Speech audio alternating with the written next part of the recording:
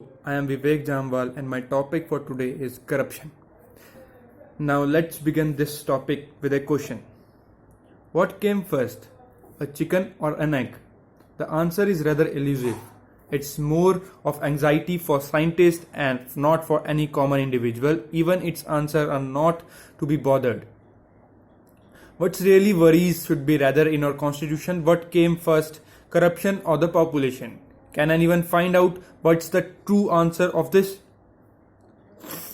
It's difficult to derive any one of them because it's the corruption.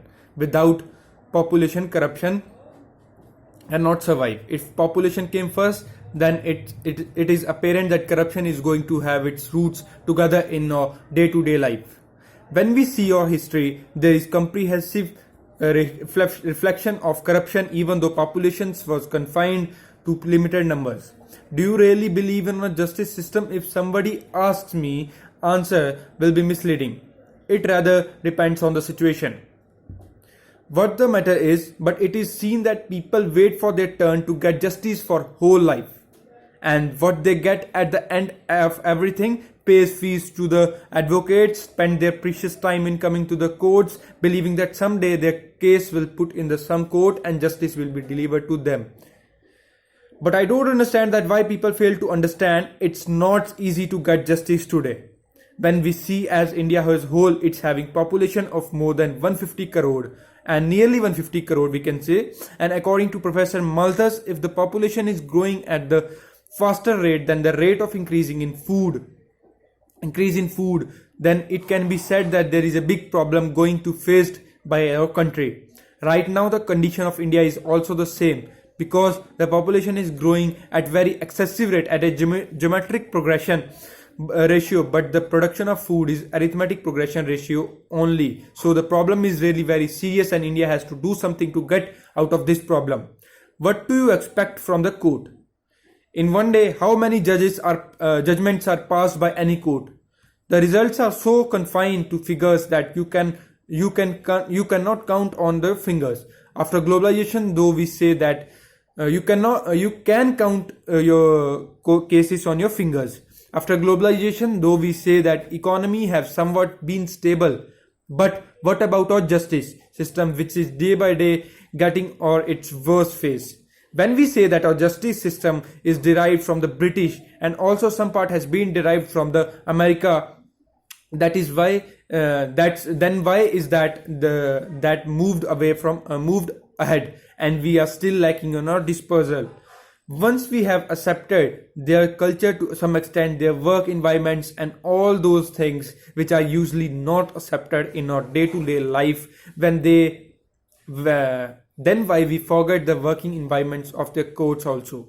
We should try to take help and upgrade ourselves, upgrade our working methods so that we can avoid delays in any judicial proceedings. The most alarming factor is corruption. At every level there is corruption. Do we really need to throw ourselves on it instead of directly blaming it? The thinking of every individual is that his or her work to be done fast, and why not? When people pay, they accept that their work should be done on their time, but still they bribe additionally, not to get their work done even faster, but to make the opposite party happy. Now why is it this necessary?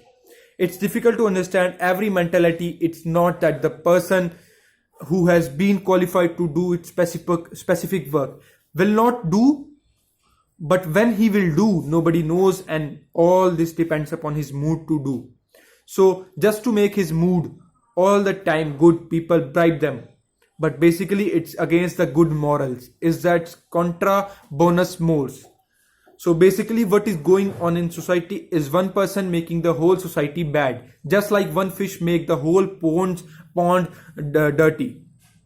When we go through the various steps of functioning of judiciary, what is written in the book seems to be easier than go practically in courts and to complete work. Why is this kind of difference? Why can't we have our work done fast? The reason for all the above things are very simple. India is in 21st century and still we don't have implemented family planning, though there are many ads.